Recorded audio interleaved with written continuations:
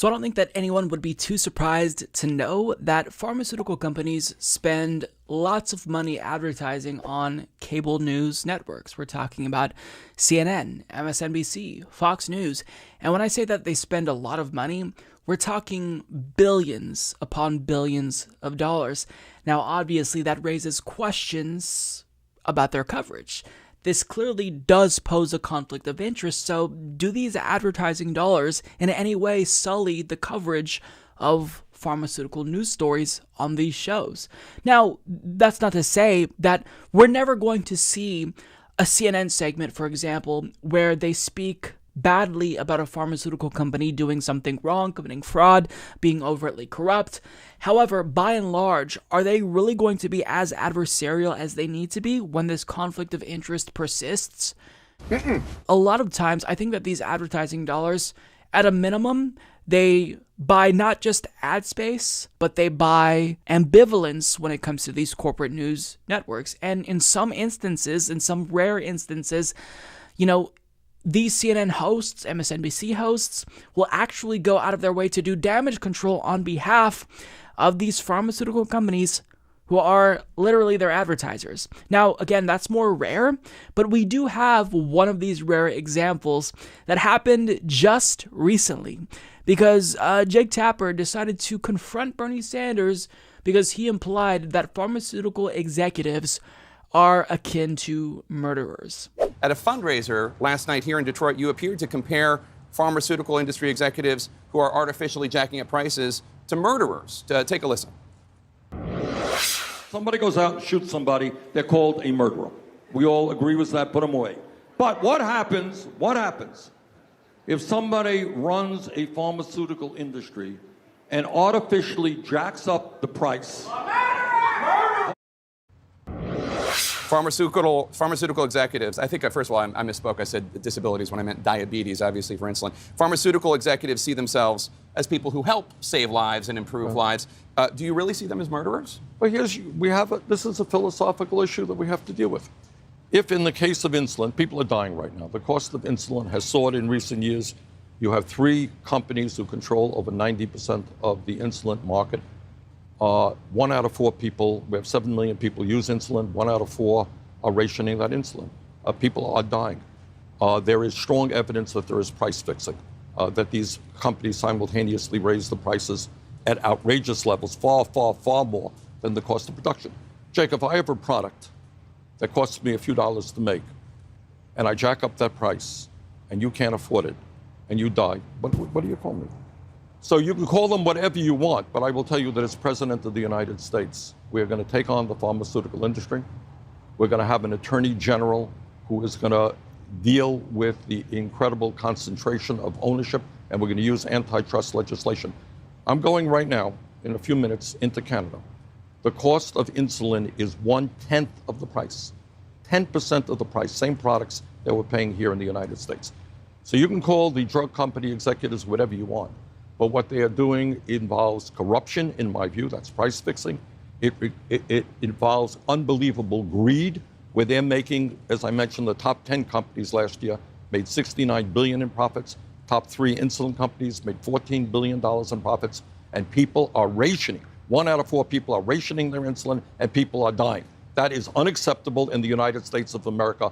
And if I'm elected president, trust me, they're not going to get away with that. That was embarrassing.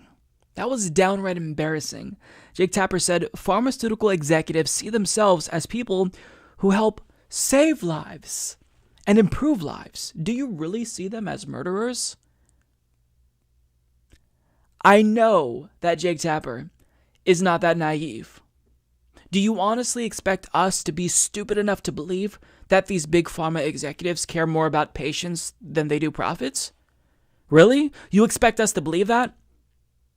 I mean, this is really an insult to the intelligence of CNN's viewers to think that we'd believe that. And the fact that Jake Tapper said that, it makes me question his integrity. Because if you're going to be adversarial and basically take a position where you are advocating for the interests of your advertisers, then you actually need to notify your viewers about this conflict of interest. List all of the money that CNN took from pharmaceutical companies that advertise on CNN. I mean, because this is completely unacceptable. This is pseudo-adversarialism. You're challenging Bernie because he claimed or implied that big pharma executives are akin to murderers. Well, let me ask you this. Let's say, hypothetically speaking, somebody was kidnapped and the kidnapper demanded a ransom of $1 million, but ultimately that ransom could not be paid, so the individual who was kidnapped was killed. What do we call that? We call that murder, Jake.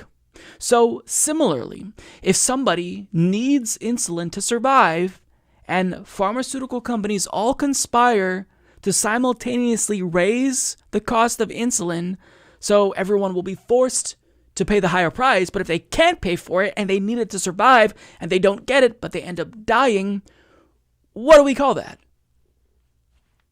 We call that murder. Is Big Pharma not culpable for these deaths where people who need their medicine can't get it because the cost is too high? Or are we just going to wash them of any and all sin because we're trying to be nice to them because they advertise on CNN? Is that really what we're trying to do? See, and this is why, you should allow your viewers to make that determination. State the conflict of interest, list the advertisers in Big Pharma and in the health industry, and let your viewers know that these are the influences that CNN has.